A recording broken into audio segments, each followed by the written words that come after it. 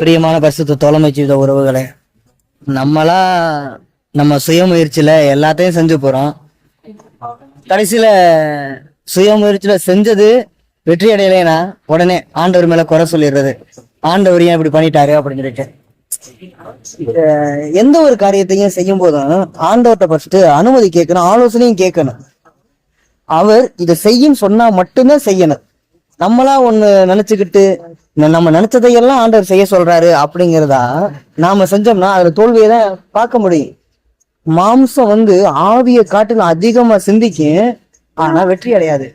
ஆவி மாம்சத்தை காட்டிலும் கம்மியாதான் சிந்திக்கும், ஆனா வெற்றி அடையும்.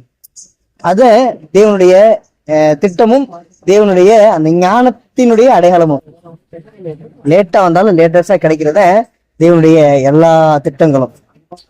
அத தேவனுடைய திட்டங்களை புரிஞ்சு நம்மளாம் செயல்படணும் அப்படிங்கிறத நீங்க பற்றி புரிஞ்சு கொள்ளணும். அவன் தான் ஆவிக்குரியவன். தேவனுடைய விருப்பத்தை செய்கிறவனே ஆவிக்குரியவன். சுய விருப்பத்தை செய்கிறவன் ஆவிக்குரியவன் அல்ல.